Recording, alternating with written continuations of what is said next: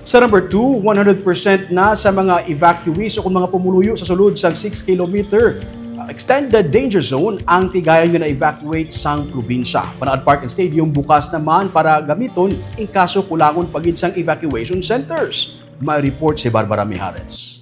December 16 o konsubong adlaw ang deadline nga ginhatag sang Regional Task Force kanlaon para makumpleto ang pag-evacuate sa nabilin pa nga mga pumuluyo sakop sang 6 kilometer permanent danger zone.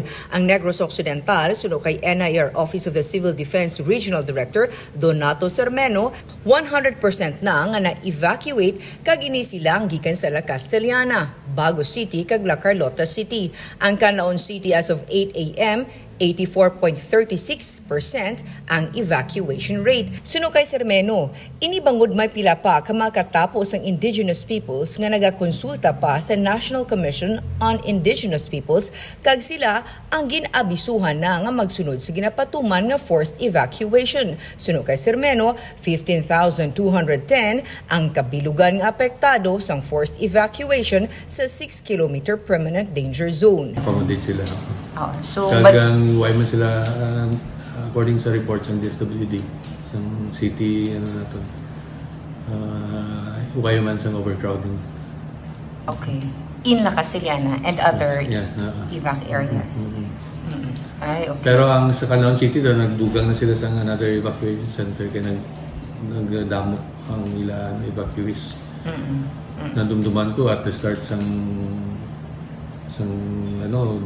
operations, mga 476 lang ang nag-evacuate. So, kadabot na sila sa mga 6,092 ang target nila nga individuals. So, close to na sila, mga 5,000 almost na sila. Suno kay Provincial Disaster Risk Reduction Management Office Head Irene Bel Plotenia, bukas na ang panaad and kaso nga may LGU nga apektado sa paglupok sa bulkan nga maghinyo nga ma-accommodate ang ilang evacuees. Naplastar na mga modular tents. Ang clinic sa Provincial Health Office bukas naman. Plastado naman ang mga kitchen and hygiene kits. Kag mayaras ang Animal Hospital sa panaad nga sarang man magamit suno kay Plotenia. Kung in case nga mag-activate ang panaad as evac center, then ipasulod na lang nila ang mga mga personnel nila. Likewise, for the province, may mga nag-alalabot kita nga supplies like mga sakulay, mga kitchen kits, sleeping kits man. So these are prepositioned also in case na kailangan gamiton man ang panaad natin. Pero ma'am, gamiton ang panaad once na-exhaust ang nearby, ang mga neighboring... Yes. Once nga mag-call si LGU nga diri nila then we will accommodate. We will open, actually open na siya. We're just waiting for LGUs to come in na lang para at least ma-accommodate na sila na.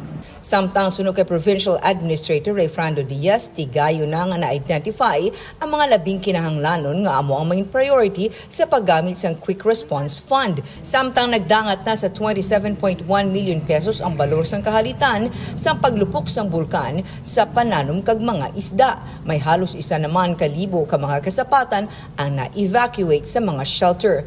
26,000 naman ang report nagmalasakit kag padayon nga ginapulong. Minimal ang report nga nagkalamatay suno sa PDRRMO.